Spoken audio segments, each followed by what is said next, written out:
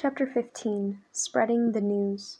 Emptily, as if in a sleep-induced dream, Beth moved through the remainder of the week. Once again, she realized that the unthinkable is possible. One could die more than once, and then go on living. Maybe she had been reborn, as in the scriptures, as some of the settlers had quoted at the Brush Arbor service. She wondered vaguely if one could be reborn a little each day. All this she was thinking in some distant corner of her mind as she counted with dismay the small sum of cash she had and wondered if it would cover the bare essentials for herself. If she had the 9 lives the Malone children claimed for Ambrose, the roving yellow tomcat, who would hand her crumbs like his. And for Vanjie too? But each time such terrifying thoughts invaded her sleepwalking, Beth pushed them from her conscious mind. They would only bring panic, depression, bad dreams, hysteria. "Get a list ready, we're goin' school shopping come Thursday," Mrs. Malone's announcement dispensed with the need for roll calling. All were going, and no questions. So life went on. The general store was better equipped than Beth would have supposed. The walls were lined with ropes, harness, pitchforks, twine, flypaper, and snakebite cures. Granite pots and pans were heaped on a long counter, and beside them picks and shovels. There were giant bins of sugar and coffee beans ready for grinding, laces, buttons, garter webbing, and corset stays on the notion counter were reassuring. She looked further.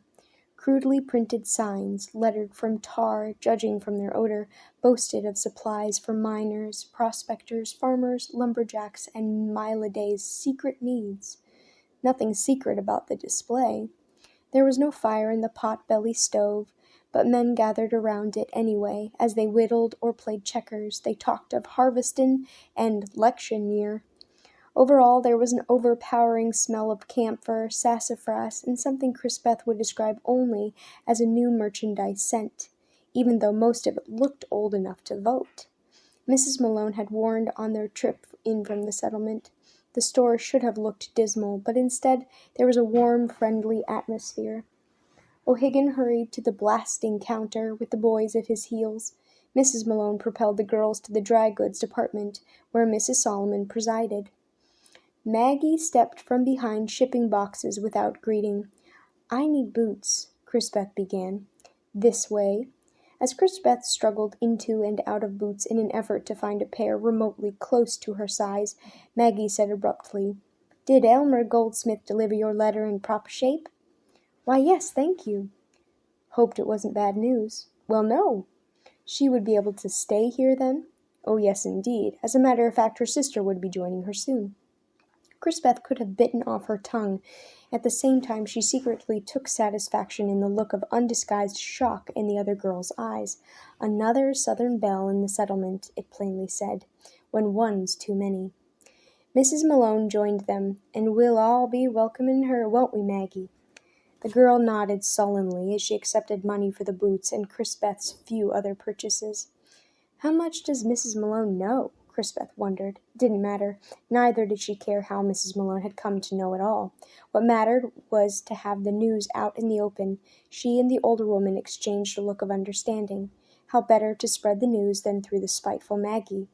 Now that it was told, Beth felt as if a boulder had been removed from her chest. She could breathe. And didn't that mean living? On the way out, Mrs. Malone paused to look at an enormous heart-shaped box. Just below the red velvet rose that decorated the lid, assorted chocolates showed invitingly through the cellophane window, round and plump, topped with nuts and dried fruits. Unaware that anybody watched, Mrs. Malone reached out and touched the bow, then jerked her hand away guiltily. But Beth had seen a sense of longing in the woman's eyes. O'Higgin had seen it too, apparently. "Mighty pretty, eh, Mrs. Molly?" he said, moving to her side. "Mighty frivolous, if you ask me."